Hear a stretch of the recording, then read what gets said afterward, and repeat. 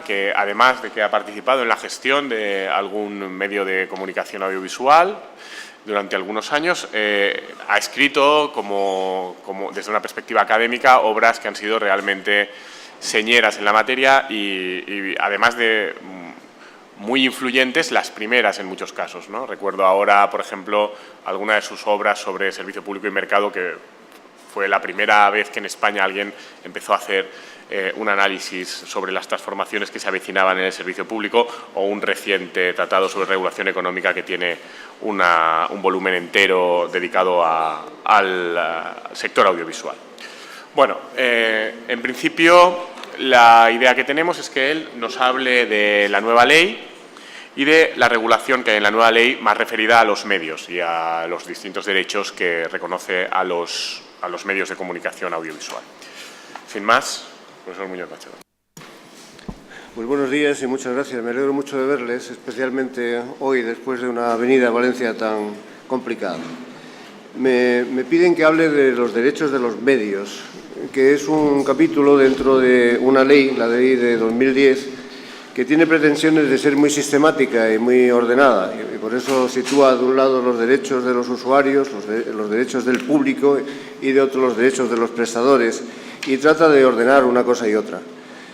Con poca fortuna, porque realmente cada uno de esos capítulos, al tiempo que reconoce derechos de los usuarios, hay ahí dentro obligaciones de los medios o también derechos de los usuarios que se pueden configurar como derechos de los prestadores, por lo que enseguida trataré de explicar con un poco más de precisión. Les voy a hablar en todo caso de derechos. He oído solamente la parte final de la exposición del profesor Bustamante, con la que estoy de acuerdo en lo que él ha expresado. Realmente estamos en una situación muy grave desde el punto de vista de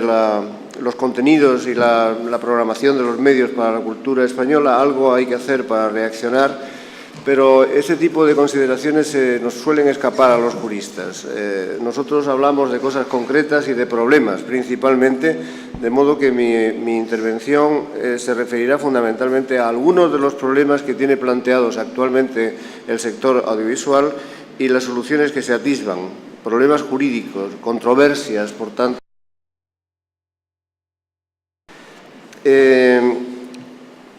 Entre los derechos del público y los derechos de los prestadores que aparecen en la ley, algunos acaban de oír una exposición más que suficiente sobre el pluralismo, la diversidad cultural o la transparencia. Por mi parte, lo que voy a hacer en esta exposición es seleccionar algunos de los temas que han sido prácticamente desde que la televisión privada se fundó en España los más problemáticos, tratando de pasar por encima de aquellos de los que creo que ya tienen información suficiente. Cuando se creó la televisión privada en España, cuando se reguló por primera vez la televisión privada en España en 1988, se estableció también por primera vez algo que ha dado en llamarse un mercado dual, porque compartirían ese mercado empresas de capital público y empresas de capital privado. Empresas públicas de televisión y empresas privadas de televisión. Esta circunstancia, que puede ser perfectamente pacífica y que está organizada y regulada en el ámbito comunitario europeo y en cualquier mercado de un modo no conflictivo, ha sido, sin embargo, en España y casi podría decir en toda Europa una fuente constante de conflictos. La manera de organizar la concurrencia de empresas públicas y de empresas privadas en cualquier mercado, en cualquier sector económico, radica en el cumplimiento de una regla, que es que unos y otros operadores económicos se atengan a las mismas reglas y funcionen en régimen de igualdad.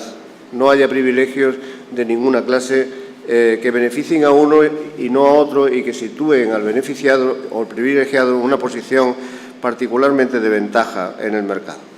Pues bien, en Europa, en toda Europa, y especialmente en España, la televisión pública ha sido tradicionalmente una televisión subvencionada, subsidiada desde el presupuesto público, lo cual es una opción organizativa perfectamente legítima, algunas veces necesaria, precisamente para procurar que la función cultural y educativa y democrática que cumple la televisión pueda alcanzarse correctamente. Sin embargo, en otros países como el nuestro, la financiación de la televisión pública a través del presupuesto no ha sido óbice para que se permita también a las empresas públicas de televisión acudir al mercado, fundamentalmente al mercado de la publicidad, para recabar recursos, ingresos, para financiarse a través de ese mercado. Este problema ha sido especialmente importante en España y dio lugar, nada más fundarse el mercado dual, a que las empresas privadas de televisión se quejaran de la dificultad de competir con los operadores, privilegiada situación financiera con que contaban, porque al mismo tiempo que recibían recursos del presupuesto, podían obtener igualmente recursos del mercado en razón a las cuotas de audiencia que cada una de esas empresas de televisión, primero la estatal, luego las autonómicas, tuvieran. Este ha sido un problema jurídico importante que ha dado lugar a conflictos y a resoluciones que les cuento muy sucintamente. Las correcciones a la financiación doble, a la financiación privilegiada de la televisión pública, se han producido fundamentalmente a base de decisiones de las autoridades comunitarias, de la Comisión Europea y del Tribunal de Justicia, en el sentido de exigir que los recursos procedentes del presupuesto público que reciben las empresas públicas de televisión se destinen de un modo claro y finalista a la financiación de programas de servicio público. Las subvenciones se dirijan a la financiación de la programación de servicio público. Las resoluciones comunitarias parten de una decisión que se adoptó sobre Portugal el 7 de noviembre de 1996, en la que, además de exigirse para la televisión portuguesa una separación contable de los recursos que recibía con cargo al presupuesto y de los recursos que obtenía por la vía comercial, se pudiera ver en la contabilidad perfectamente cuál era el destino de los recursos procedentes del presupuesto, de modo que se afectaran justamente a la programación de servicio público. En España hubo muchas reclamaciones por parte de las primeras empresas privadas de televisión ante los organismos comunitarios europeos, que terminaron en un asunto, Telecinco contra Comisión de 1996, que está cerrada por una sentencia del Tribunal de Justicia de 1998, en el que la Comisión Europea nunca aceptó intervenir en establecer ninguna corrección. Tenemos que hablar uno u otro, porque si no me distraen,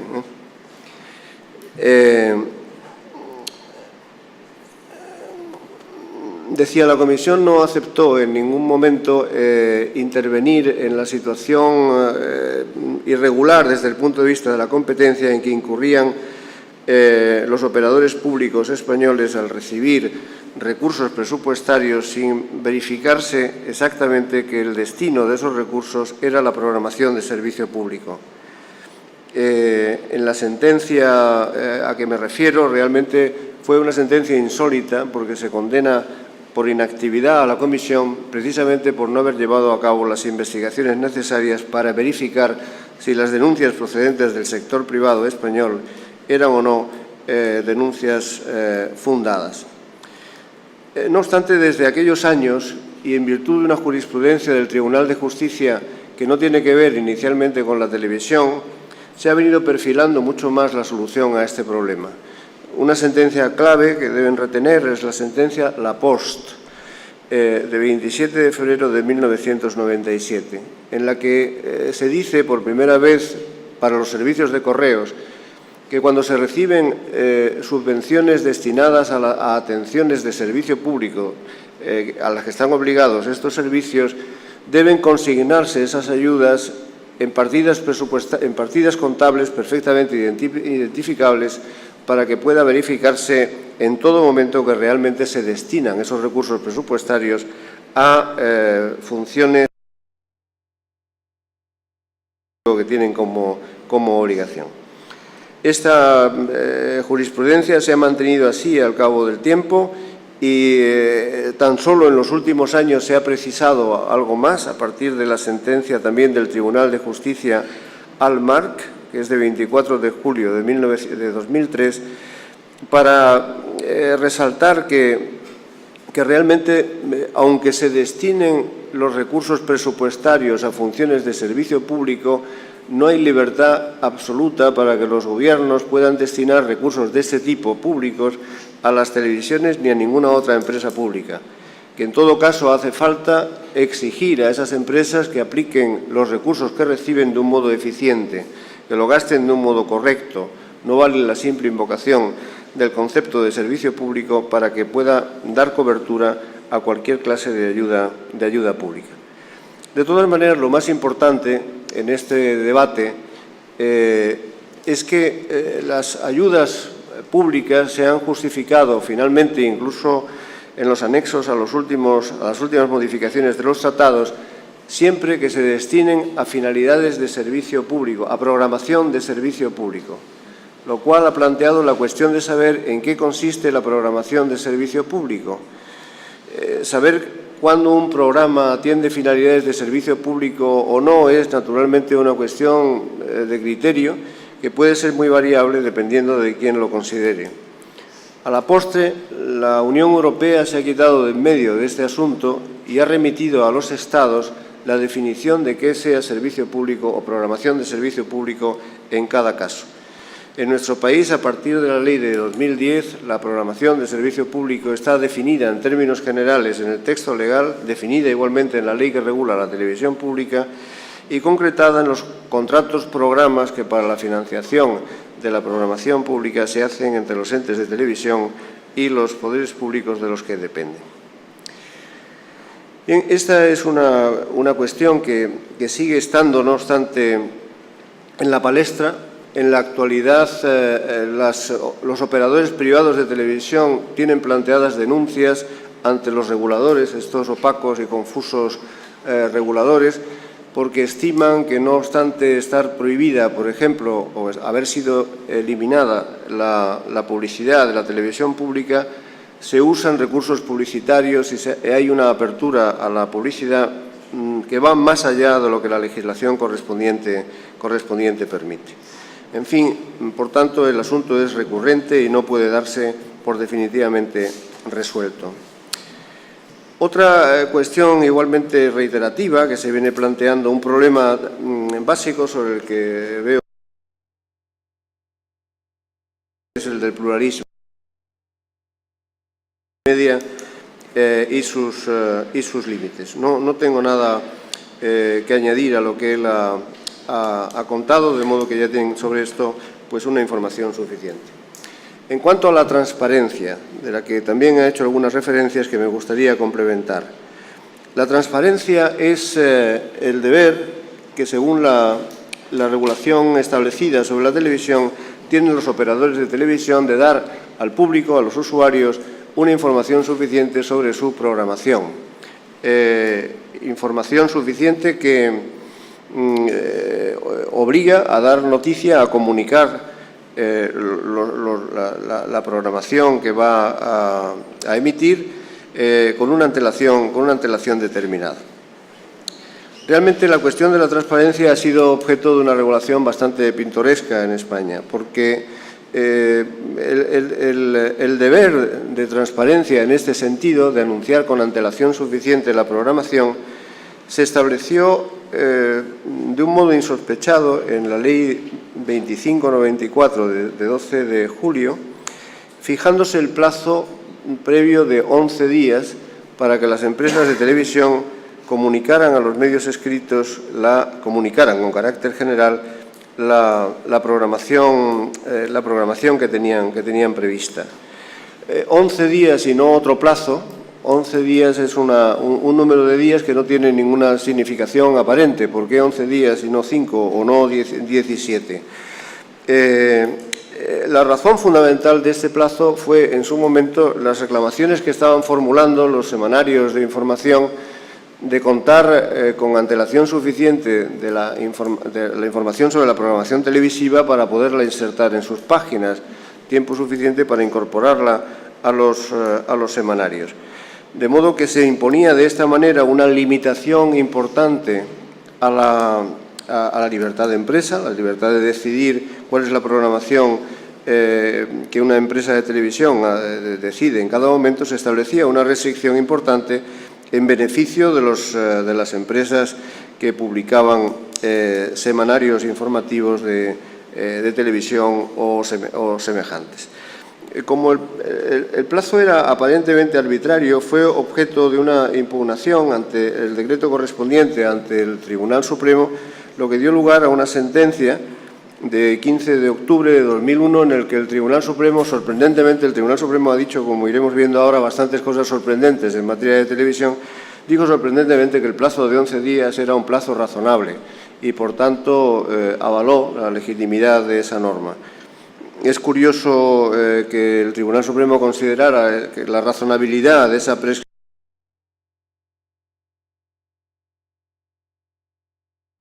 en el contencioso correspondiente se le advirtió que era una limitación establecida en beneficio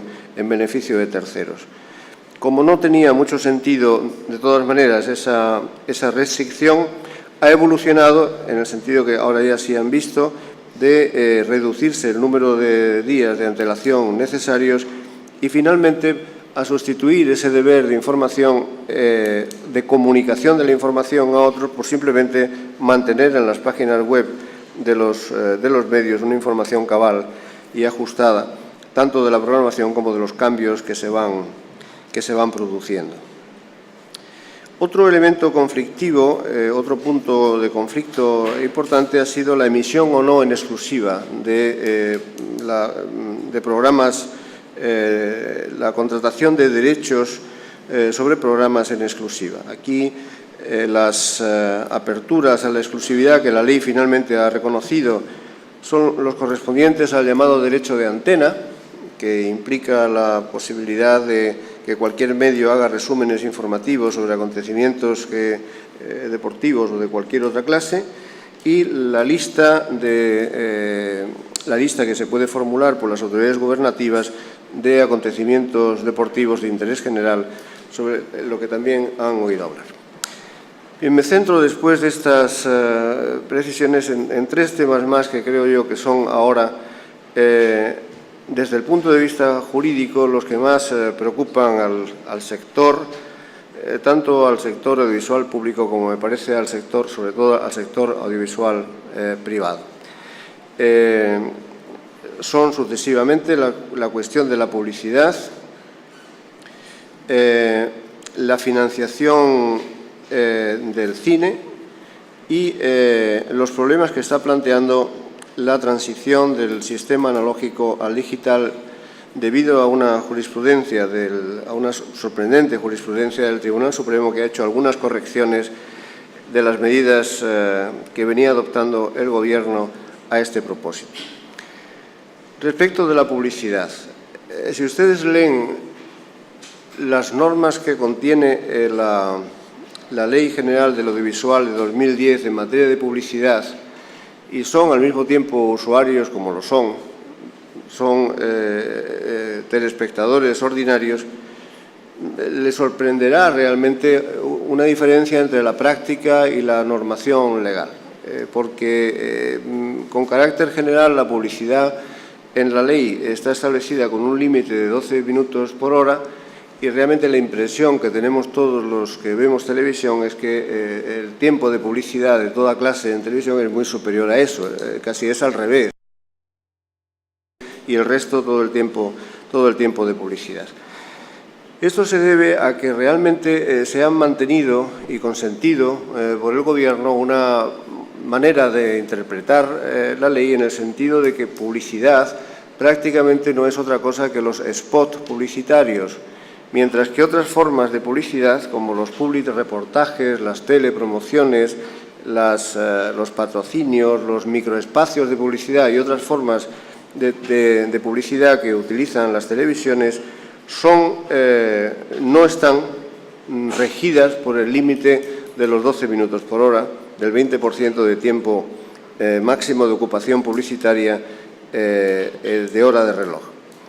Bien, este asunto ha sido objeto recientemente de una corrección importante que va a determinar un cambio legislativo en España en virtud de la sentencia del Tribunal de Justicia de la Unión Europea de 24 de noviembre de 2011, en la que, resolviendo una cuestión prejudicial de interpretación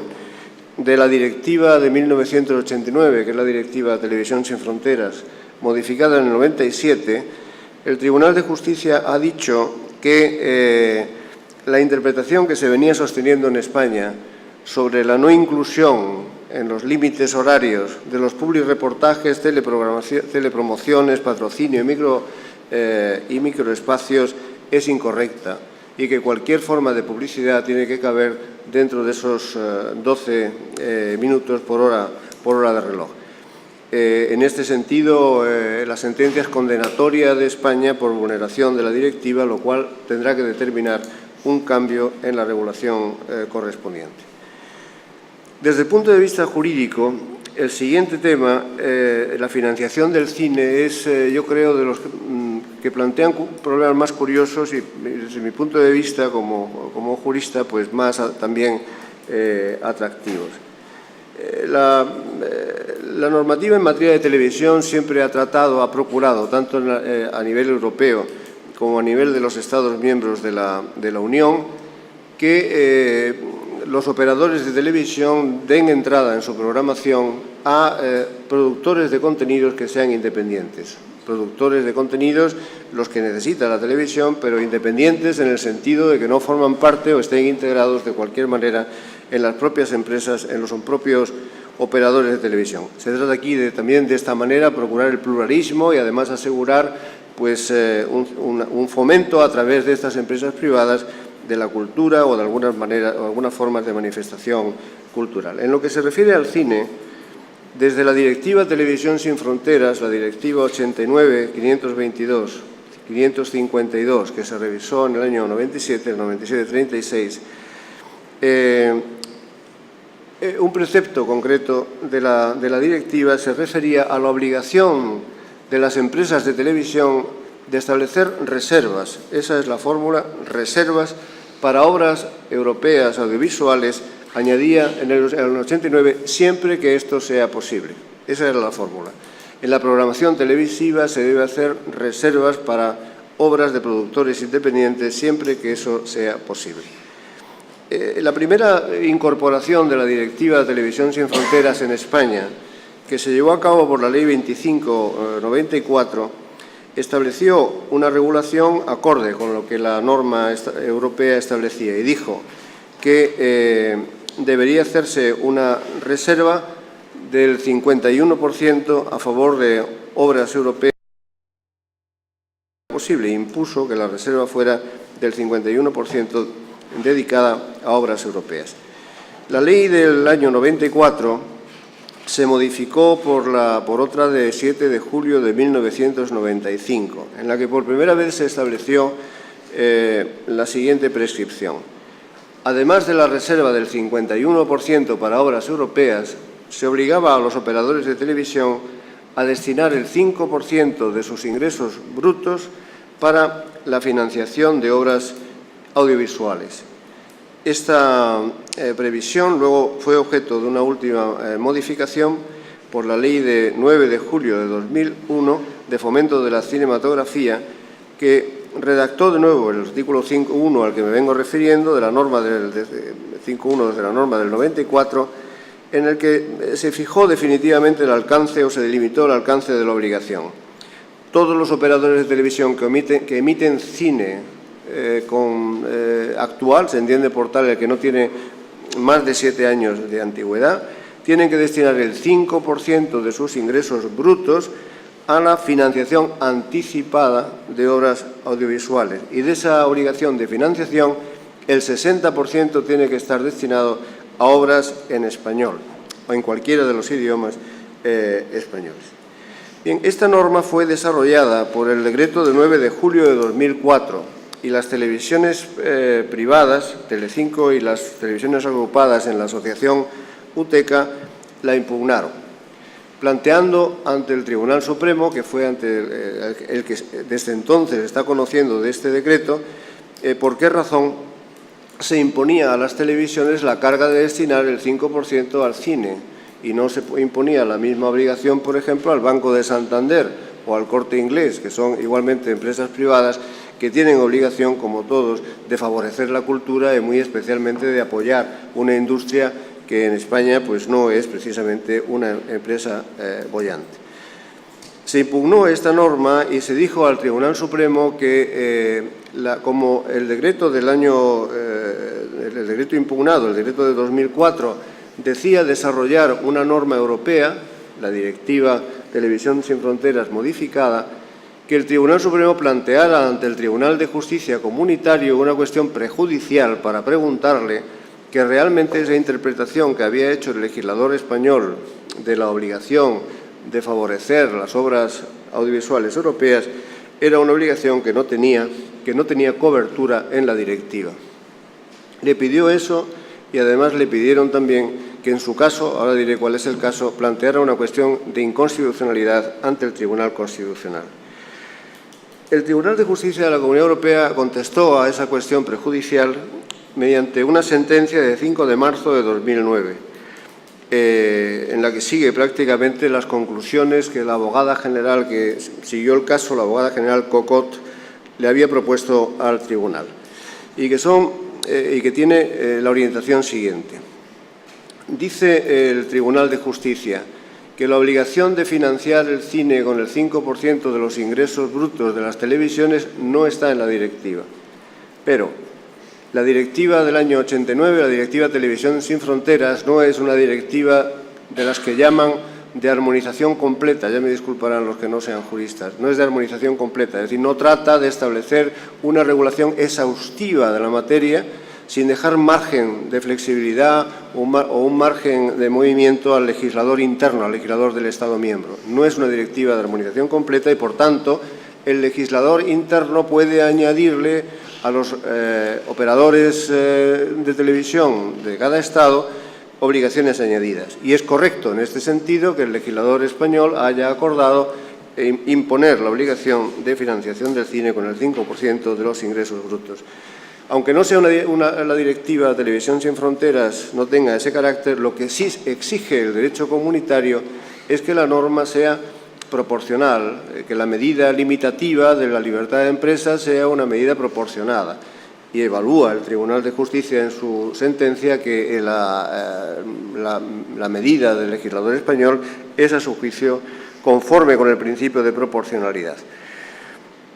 Los recurrentes habían dicho que realmente el dinero del 5% de las televisiones que se gasta en cine se invierte en cualquier tipo de película y no necesariamente de películas que sean culturalmente estimables. Algunas de las películas que se han financiado con dinero procedente de esos recursos no tienen contenidos culturales realmente muy significados ni señalados. Pero el Tribunal de Justicia contestó a esta cuestión diciendo que la razón de ser de la inversión que se imponía a los operadores de televisión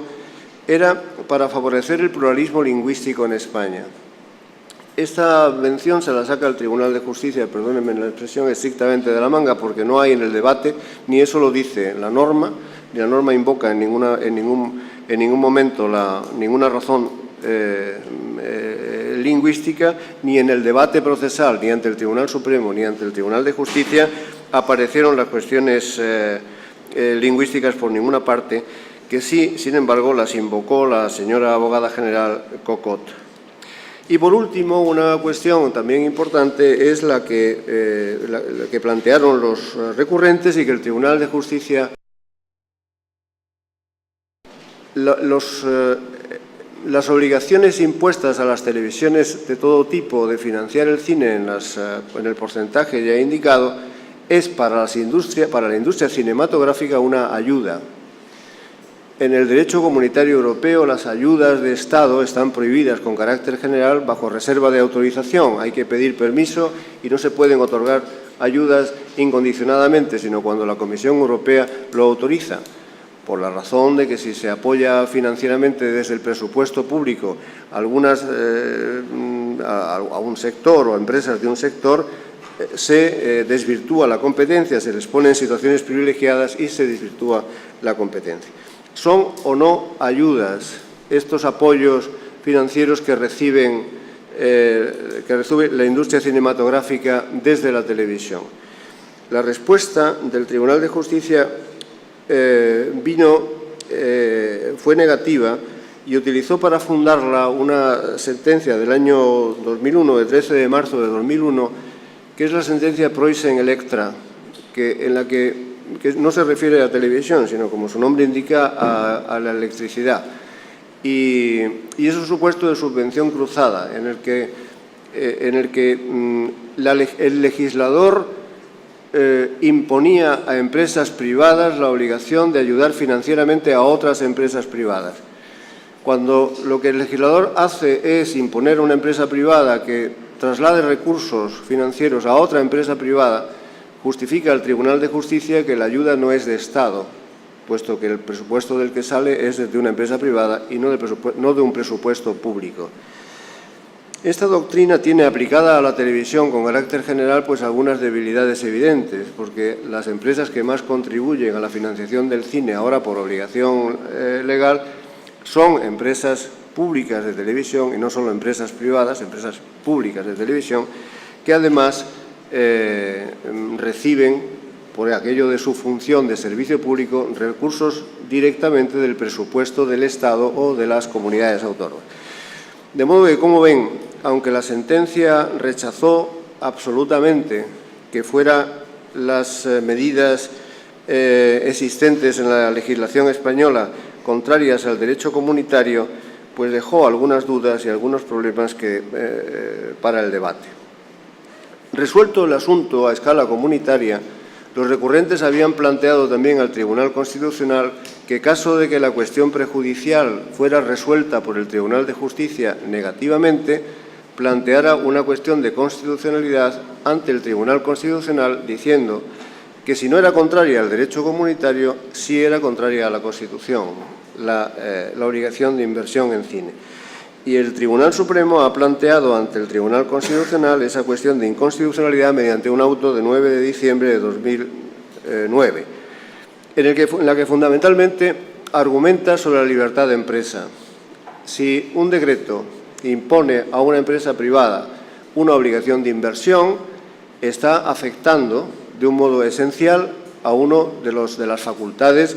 más características de la libertad empresarial protegida en el artículo 38 de la Constitución, que es el derecho a invertir. ¿En qué se aplican esos recursos? De modo que, al no tener ni una cobertura ni una explicación ni en el artículo 38, ni tampoco en el artículo 32, que regula las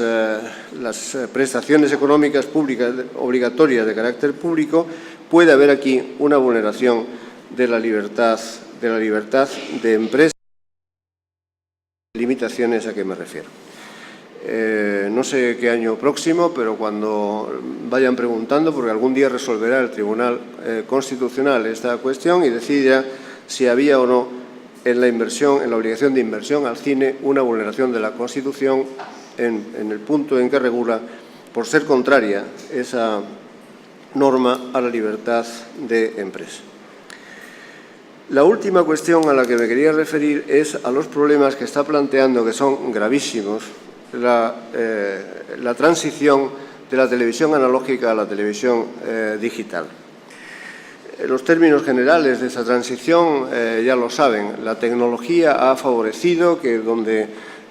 había una ocupación determinada del espectro radioeléctrico para emitir por el sistema o con la tecnología analógica, quepan ahora muchos más programas si se emplea la tecnología digital. Ha habido un tiempo, desde que se puso en marcha esa transición, fundamentalmente a partir del año 2005, de una gran confusión sobre los conceptos, porque empezó a hablarse, en lugar de canales de televisión, de programas de televisión, de múltiples dentro de los cuales caben 4 programas, en lugar de hablar de múltiples dentro de los cuales caben 4 canales. Y esta circunstancia, entre otras, ha provocado un difícil manejo de la terminología con la que se ha regulado esta transición, cuyos efectos van a ver enseguida. A partir del año 2005 empezaron a dictarse normas. El Plan Técnico de la Televisión Digital Terrestre se aprobó por el Decreto 944/2005, que desarrollaba la Ley de 14 de junio también del mismo año. Fundamentalmente en esas normas de 2005 están las directivas de cómo se iba a producir la transición, cómo y con qué meta y a qué resultados se iba a llegar en la transición de la televisión analógica a la digital. Todo consistía, simplificando, que cada uno de los operadores nacionales de televisión, los operadores estatales, los operadores de ámbito estatal, públicos o privados, iban a multiplicar cada uno de sus canales analógicos, iban a haber sustituido sus canales analógicos finalmente por un múltiple en el que cabrían 4 programas. Podríamos decirlo de modo más claro, que donde podían emitir con un solo canal tendrían derecho a emitir 4, aunque esos 4 se hicieran a través del múltiple que se asignara a cada uno de ellos. La televisión pública estatal tenía 2 canales analógicos, la 1 y la 2, y cada uno de esos canales se convertiría en 4 programas, 4 canales de televisión perfectamente separadas con programación distinta. Telecinco, Antena 3 y 4 tenían un canal analógico cada uno y vendrían multiplicado eso, se convertirían en 4 canales digitales. Y la nueva televisión, la Sexta, que fue objeto de una concesión de última hora, así como Veo y Net Televisión, aunque la transición era distinta en cada uno de estos casos, acabarían en la misma situación de tener 4 canales cada uno. Cuando se produjo el apagón tecnológico, el apagón digital, y se aprobó la ley de 2010, el resultado final de la transición ha sido este es el que estamos en la actualidad viviendo. Así está organizado el panorama audiovisual español, sin contar con la multiplicación igualmente que se ha producido a escala analógica y a escala autonómica y local, en lo que no entraré. Pues bien, estando las cosas así, el Tribunal Supremo acaba casi de decidir en una sentencia del 13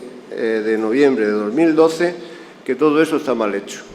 y que la transición digital vulnera principios de obligada observancia y anula la adjudicación, sin concretar mucho ni cuántos, ni cuáles, ni por qué, anula la adjudicación de todos los canales digitales que se hayan otorgado con posterioridad a la entrada en vigor de la Ley General del Audiovisual de 2010. El argumento de la sentencia es que una vez que ha entrado en vigor la Ley General del Audiovisual, cualquier concesión, cualquier licencia, cualquier autorización individual para la emisión de programas de televisión tiene que hacerse por concurso y que estas adjudicaciones de canales digitales no se han hecho por concurso, sino mediante adjudicación directa a cada una de las empresas de televisión que tenían posiciones en ese mercado. ¿Por qué razón se han hecho las cosas así? Pues porque desde 2005 se establecieron pactos y convenios entre el Gobierno, concretados en normas, y las emisoras privadas y públicas de televisión, en el sentido de que si esas empresas se comprometían a cumplimentar determinadas obligaciones para hacer factible la transición de lo analógico al digital, al final, como compensación del esfuerzo financiero y de otro tipo que estaban haciendo las empresas correspondientes, el Gobierno les reconocería los canales que se preveía que existieran en España en el horizonte que ya... Este tipo de acuerdos resultaba contrario, en cierta medida puede estimarse que resultaba contrario también a lo establecido en la ley de televisión con anterioridad a la entrada en vigor de la ley de 2010, porque también implicaba modificaciones de las concesiones que hubieran requerido la celebración de concursos para hacerse con arreglo a principios de publicidad y transparencia. Sin embargo, cada vez que se ha impugnado un cambio en las condiciones de las concesiones primitivas de televisión, el Tribunal Supremo ha dicho que concurren razones de interés general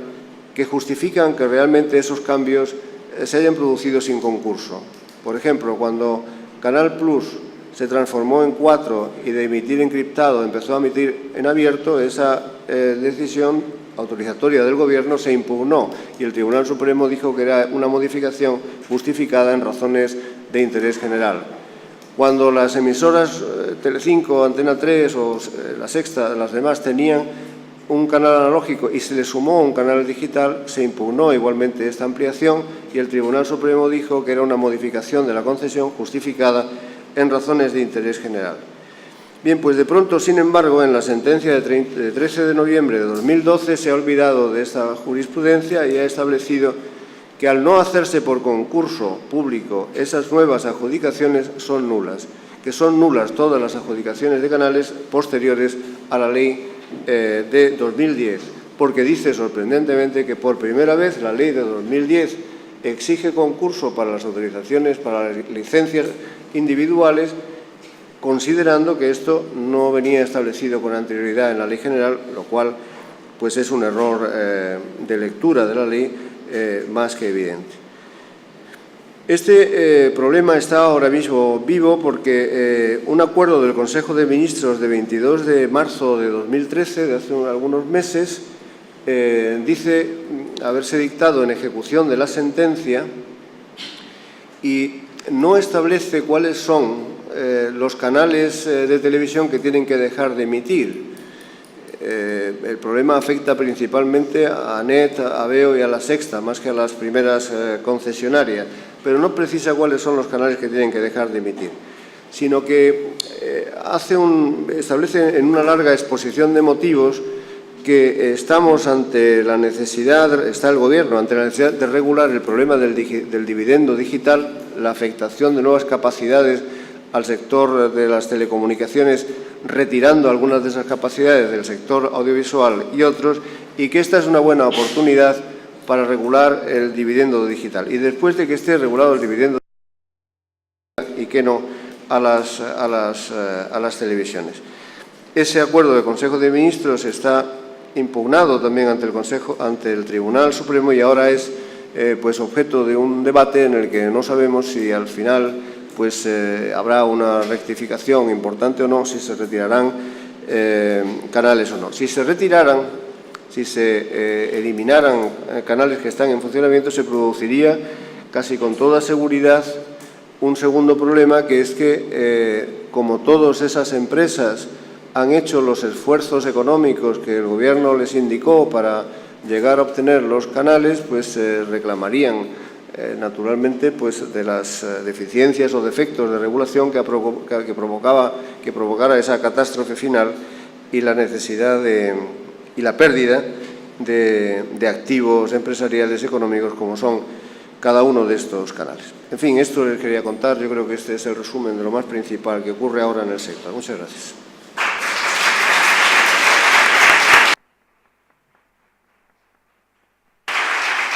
Bueno, tenemos más o menos 10-15 minutos para hacer un debate antes de clausurar el curso. Ahí hay una pregunta, ahí al fondo. Habréis visto que tenemos un marco, ¿no?, como hemos ido viendo a lo largo de estos días, en el que, al margen de que hay muchas deficiencias, como nos ha explicado Enrique Bustamante, y que hay enormes problemas de, por ejemplo, pluralismo efectivo, algo que ya habíamos visto a lo largo de los primeros días, también es un entorno donde, aunque el mercado es un mercado liberalizado, sigue habiendo una intervención pública y un dirigismo en la regulación enorme. En ocasiones puede entenderse justificado, pero eso también a veces es origen de conflictos, controversias, porque hay quien puede entender, y muchas veces las empresas afectadas así lo entienden, que eso son restricciones que no se compadecen con la libertad de empresa, por ejemplo. Bueno, ¿la pregunta? Sí, soy estudiante de la Universidad de Valencia de Comunicación Visual. Tengo dos preguntas para Enrique Bustamante. La primera relacionada sobre Televisión Española. Me ha parecido entender que en Televisión Española o Radio Televisión Española es muy fácil retroceder y muy difícil avanzar. Entonces, ¿cómo podemos evitar volver, digamos, a una etapa de dinosaurios de la comunicación, o sea, blindar el avance para que en una sola legislatura no se pierdan esos, digamos, 50 años de avance. Y luego la segunda pregunta es, yo el año pasado hice un trabajo sobre las televisiones autonómicas, basándome en el libro de Televisiones Autonómicas, Solución y Crisis del Modelo Público de Proximidad, libro coordinado por Juan Carlos Miguel de Bustos y Miguel Ángel Casado. Y bueno, más o menos las ideas que extraje de ese libro es que el modelo de televisión autonómica es un modelo que es deficitario, porque todas las televisiones autonómicas de España están en estado de déficit. Entonces, mi pregunta es, ¿estamos ante un punto sin retorno de las televisiones autonómicas? Porque llegamos a la conclusión, o por lo menos yo llegué a la conclusión, de que la televisión autonómica valenciana, madrileña, se ha convertido en una cueva llena de murciélagos que le chupan la sangre poco a poco y la están dejando seca. Entonces, ¿estamos ante un punto sin retorno o todavía hay esperanza o posibilidad de que las televisiones autonómicas se mantengan como un ente público? Y eso es todo. Gracias. Bueno, intentando ser muy breve para que haya turnos de intervención amplios. En el tema de Radio y Televisión Española, yo acabo de actualizar, he esperado para actualizar la historia de la Radio y Televisión Española hasta finales de 2012, con un epílogo sobre el primer año del Gobierno de Rajoy. Y creo que es muy ilustrativa conocer esa historia, ¿no? Son 50 y tantos años de historia de la televisión en España y de Radio y Televisión Española, con una concepción que viene de la dictadura, una concepción instrumental. La Radio y Televisión Pública era una subdirección general de una dirección general dentro del Ministerio de Educación Popular, de Información y Turismo, concebida sin ningún tipo de autonomía como herramienta del poder, ¿no?, autoritario. Y esa concepción yo me temo que ha seguido pesando también con el PSOE, con los gobiernos de Felipe, con los gobiernos de Aznar, ¿no? De forma que, curiosamente, el Estatuto del 80 era una ley, la primera en democracia, bastante atípica en el marco europeo respecto a los grandes países occidentales, que consagraba la no autonomía editorial y la dependencia gubernamental. Eso prometieron cambiarlo inmediatamente prácticamente todos los partidos, desde la UCD hasta el PSOE, hasta el PP, cuando estaban en la oposición, pero cuando llegaban al gobierno olvidaban sus promesas. Y así, incomprensiblemente, duró 30 y tantos años de estatuto hasta el año 2005, ¿no? Entonces, ahí tenemos toda una historia que está en la conciencia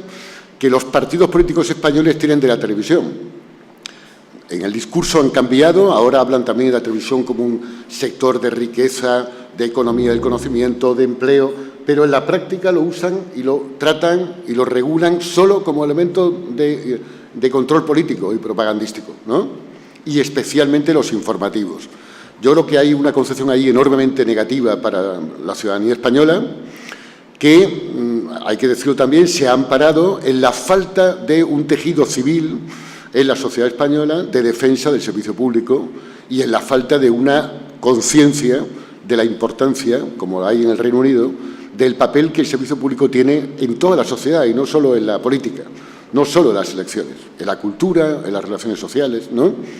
Entonces, han aprovechado los partidos esa falta de conciencia para manipular de forma brutal la televisión pública en todos los gobiernos. El gobierno de Zapatero, hay que decir que tuvo el coraje de hacer una reforma y perder buena parte de su poder ahí, de blindar los informativos con un estatuto, con un consejo que no es imperativo, pero tiene una influencia, o tuvo una influencia importante. Y con el gobierno de Rajoy, hay que decir claramente, hemos vuelto atrás de una forma brutal, ¿no? Brutal, es decir, un poder omnímodo que se ejerce desde el gobierno, con mayoría simple, nombra al presidente, que nombra a toda la cúspide, que nombra al consejo, al director de informativos, que nombra a los que deciden los contenidos y, por tanto, no es solo los informativos, todos los contenidos están absolutamente ya bajo sospecha, ¿no?, de censura, de control ideológico, etcétera, como podemos comprobarlo de forma efectiva en muchos casos. Bueno, yo creo que ahí hay un pecado general, pero que en este caso su responsabilidad, muy grave históricamente, corresponde al gobierno del Partido Popular, ¿no? Y eso se ha trasladado también en las autonomías. Yo creo que la única salida de eso es un movimiento de reivindicación que cuestione por primera vez en la historia el poder de los partidos políticos en el servicio público. Una cosa es reconocer que el Parlamento debe tener un papel emblemático como representante de la sociedad, pero no que los partidos deban, por cuotas políticas, controlar la gestión del servicio público. Ese principio ha desnaturalizado completamente la historia del servicio público en España. Respecto a la televisión autonómica, yo creo que tenemos la historia que tenemos. Imaginar un modelo maravilloso como la televisión pública alemana, ¿no?, donde los Länder se ponen de acuerdo de forma mancomunada para apoyar un servicio público descentralizado pero de ámbito federal. No la tenemos. En España no fue posible un acuerdo para convertir a la segunda cadena en un canal regionalizado. Hubo una tensión brutal entre la propia Radio Televisión Española y las autonomías que derivó en el nacimiento de TV3, ETV y todos los demás, ¿no?, después. No se puede rehacer la historia, uno no puede rehacer la historia como le gustaría que fuera, ¿no? Así que la televisión autonómica ha cumplido, a falta de un proceso de descentralización de Radio y Televisión Española, ha cumplido un papel importante, ¿eh? Los estudios económicos de las GAE, de Fundación Autor, demuestran que todavía en el año 97-98, el 85% del tejido cultural, económico e industrial de toda España estaba acumulado en Madrid, en un 60%, y en un 20 y tantos en Barcelona. Y el resto era un desierto total. La Radio y Televisión Autonómica ha tenido un papel muy importante en eso, con luces y sombras, ¿no? También ha habido con productoras pirata y productores de pata negra, pero ha tenido un papel muy importante en la descentralización de la industria audiovisual, de la industria musical, de la cultura en general. Y eso está reconocido y estudiado, incluso por consultoras privadas. Yo le recomiendo el informe de Accenture, de la consultora de 2011, bastante bueno, con datos sobre el proceso. Ahora bien, cuando una radio y televisión autonómica cae de nuevo también en poder de una visión manipuladora absoluta, instrumental, partidista, a corto plazo, ¿no?, como ha ocurrido en Valencia, en Madrid o en Baleares o en La Mancha, todo eso se destruye rápidamente, porque finalmente hay toda una elefantiasis de los medios y de lo personal. La televisión crece exponencialmente en personal, se convierte en un despilfarro impresionante de recursos que no se pueden justificar, pero con esa legitimación del despilfarro, el mismo gobierno que lo ha permitido o que lo ha apoyado ocasiona una catástrofe, ERES masivos, como en Televisión Madrid casi el 80% de la plantilla ha ido a la calle. Se quedan justamente los que provocaron, los jefes y no los indios que provocaron esa debacle. Externaliza la mayor parte de las funciones, en algún caso incluso el corazón del servicio público, que es la información, y lo ceden a empresas privadas que siguen manipulando por cuenta de los gobiernos que pagan. Aparentemente hay un ahorro de costes, pero todo el coste que se mantiene va a unas pocas empresas privadas, amigas del poder, que no invierten en la región, que no crean tejido industrial. Descentralización cultural e informativa de la autonomía y, por tanto, invalidan completamente la televisión autonómica, ¿no? Y lo contradictorio de ese proceso es que, al final, la población masivamente pide que la televisión autonómica sea suprimida porque carece ya de todo valor y de toda legitimidad, ni pública, ni informativa, ni cultural, ni descentralizadora. Normalmente son empresas que vienen de Madrid, bien relacionadas con el poder, que se van adecuando a cualquier negociación y que cuestan muy caras, porque cuando dicen el ahorro, pero es que el presupuesto que se mantiene para pagar a una o dos empresas amigas es muy elevado. Y además con procesos opacos, clientelares, vinculados a los partidos en el poder, en un proceso que no crea industria, que destruye la industria para el futuro. En definitiva, para mí el proceso ya no es un tema de manipulación política, a la que estamos ya casi habituados, sino de destrucción absoluta del papel de servicio público en la región y en la localidad, ¿no?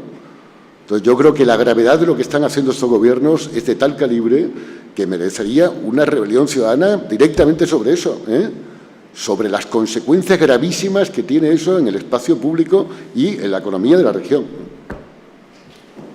Una cuestión muy rápida que os planteo a los dos al hilo de esto. Aunque la Unión Europea todavía a estas alturas diga que definir lo que es un contenido de servicio público corresponde al Estado miembro, y eso da mucha libertad al Estado miembro para decidir lo que es servicio público televisivo y acordar entonces financiación pública, todo tiene un límite.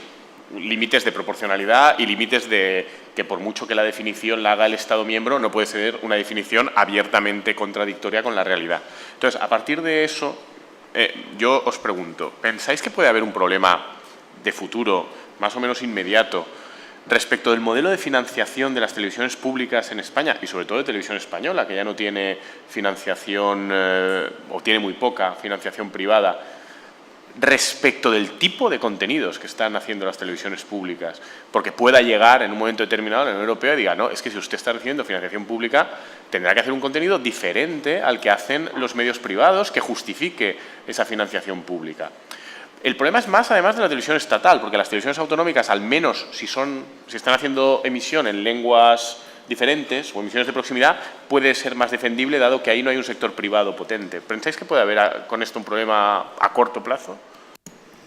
Yo no lo creo, porque esta cuestión, la que se plantea respecto del control político de las televisiones, es un problema universal en Europa, ¿no? Hay muy pocos modelos de televisión pública en Europa que tengan ese carácter de neutralidad, de independencia, de separación del poder público como la BBC. Siempre se invoca la BBC como modelo, pero hay muy pocos modelos más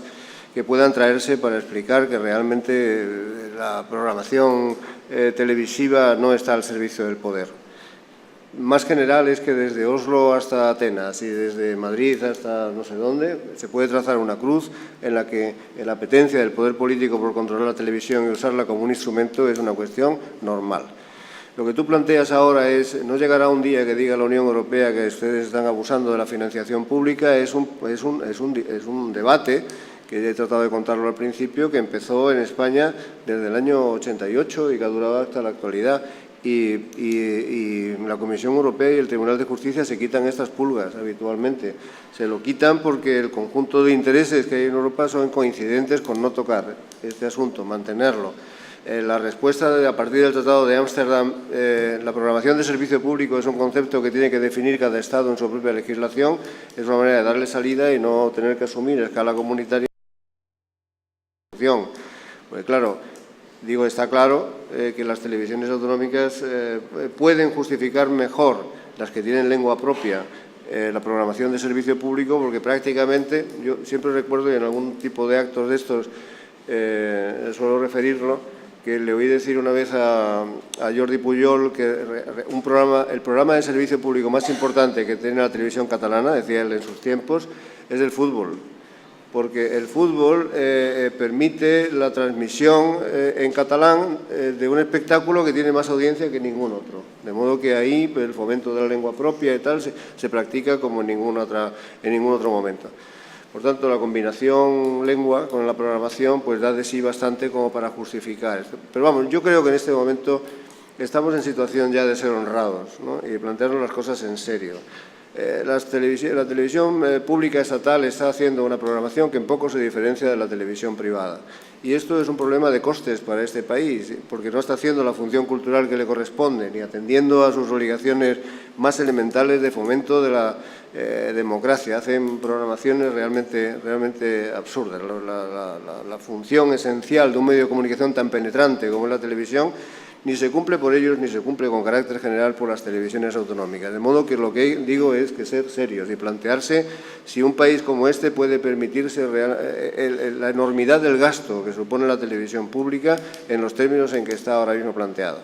No se pudo hacer televisión en cadena autonómica a la alemana en su momento, pero yo creo que los fracasos no están siempre para asumirlos per secula seculorum. Se podrán retomar las cosas e intentar replanteamientos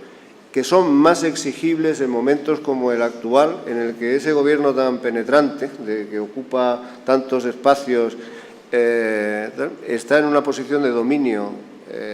del aparato público, tanto a escala central como en las autonomías, del que podría valerse para hacer regulaciones nuevas.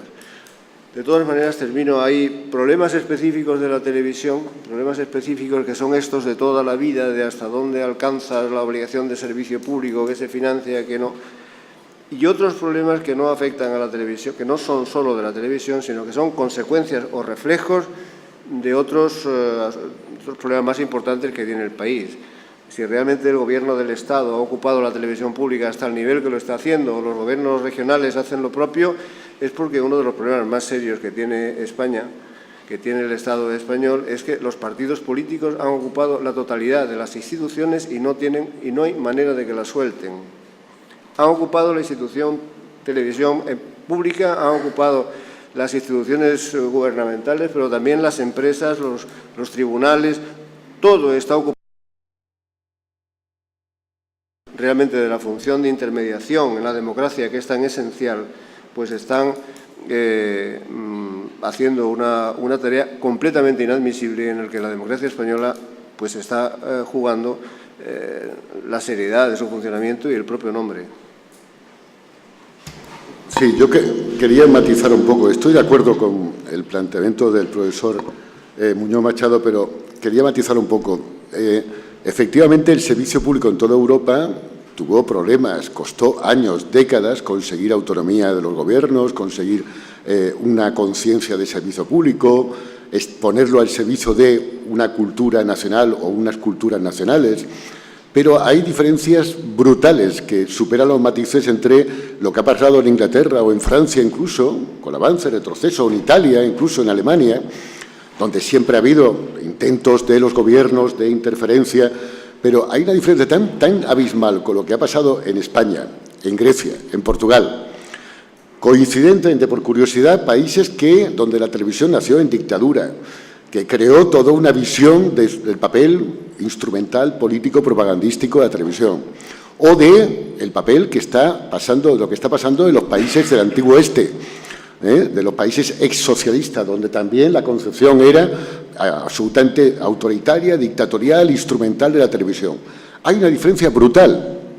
Y lo que hemos comprobado es que en el servicio público y en general en el sistema audiovisual, las estructuras no son ajenas a los contenidos, determinan los contenidos. No es una sospecha, es una comprobación empírica 1000 veces repetida. Si uno crea una estructura autónoma de servicio público que realmente tenga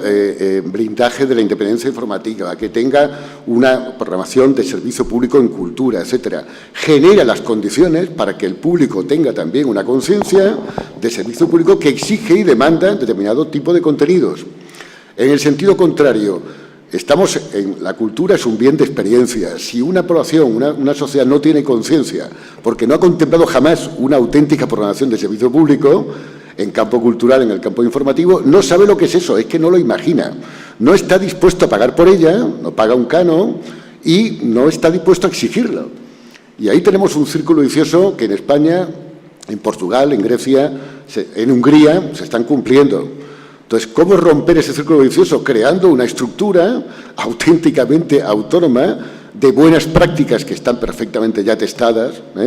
de forma de nombramiento, de formas de control, de contenidos, de servicio público. La Unión Europea tiene una cosa mala, y es que ha utilizado dos baremos, uno para la empresa privada, y prácticamente la ha dejado en manos del mercado, no reglas antitrust, de consejos independientes, recomienda pero no los exige. Pero en cambio en el servicio público ha tenido una cosa buena, que ha ido avanzando una doctrina, yo creo que bastante exigente, que en materia incluso digital llega a las comunicaciones sobre la financiación del servicio público de 2001 y 2009, donde estudia minuciosamente la forma de autorización de cada servicio online del servicio público, con lo que llama el test de valor añadido. Cada servicio tiene que demostrar que tiene un valor añadido público frente al mercado, frente a la competencia en el mercado. Y eso, por ejemplo, a la BBC o a la televisión pública alemana le ha permitido un contacto permanente con la audiencia, con los ciudadanos, con entidades, con asociaciones, de test, de demandas, de qué necesita, de qué exigen, de qué no encuentra la televisión privada, de enorme importancia en la proyección digital de la radio y televisión pública. En España, En la Ley de Audiovisual de 2010 eso apenas se toca, es como si estuviéramos todavía en los años 90, como si no hubiera pasado nada. Ni Radio Televisión Española ni ninguna autonómica se han molestado en hacer ni siquiera formalmente un test al público o a los competidores de qué querían. Simplemente han hecho lo que pensaban que quería la gente. El resultado sigue siendo efectivamente una mezcla de mejores programas, por ejemplo, en Radio Televisión Española durante 5 años, pero rémoras también de entretenimiento vulgar y duro, ¿no?, de competencia, pero tenemos todas las bases y los mimbres. En el campo privado ocurre lo mismo. No, el terreno de la comunicación y la cultura no es un terreno de experimentación.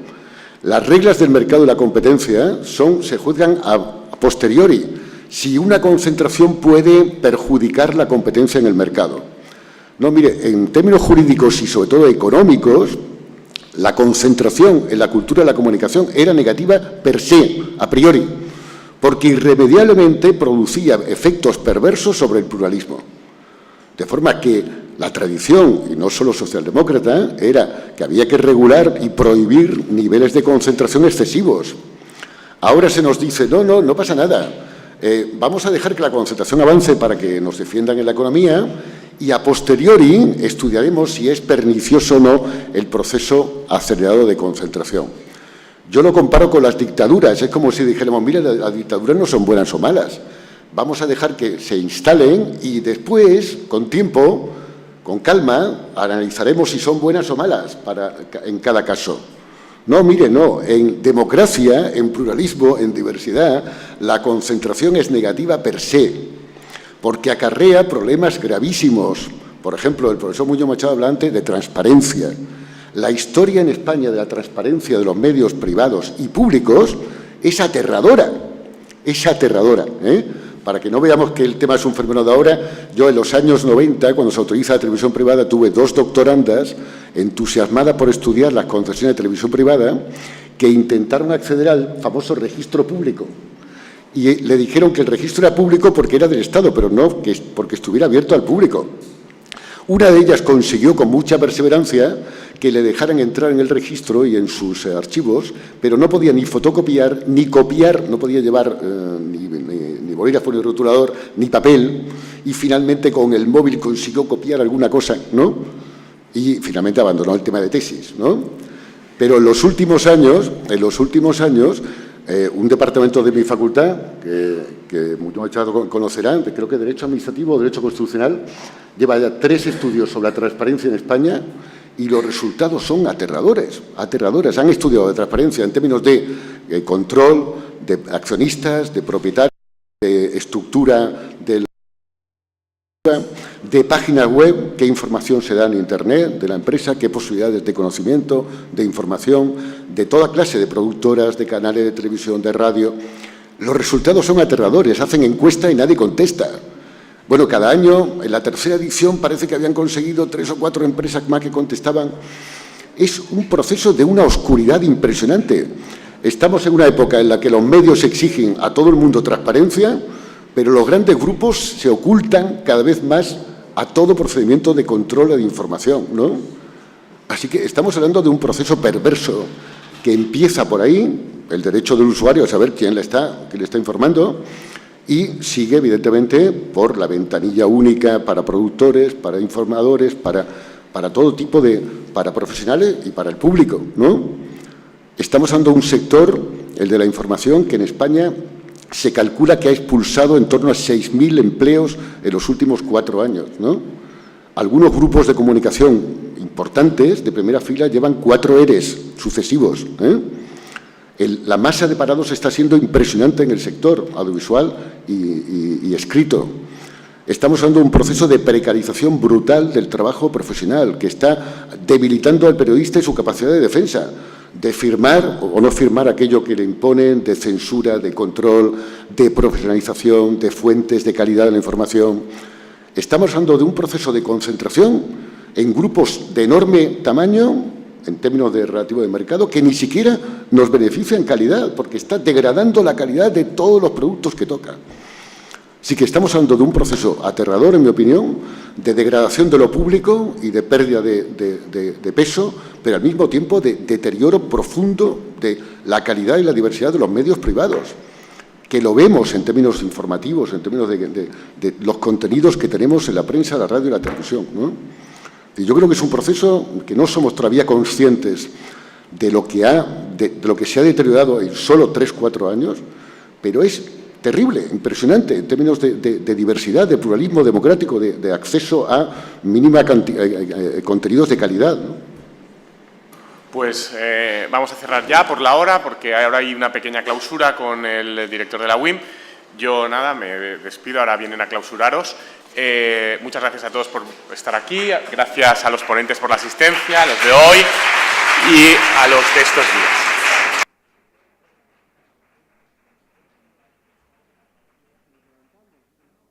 Sí, claro.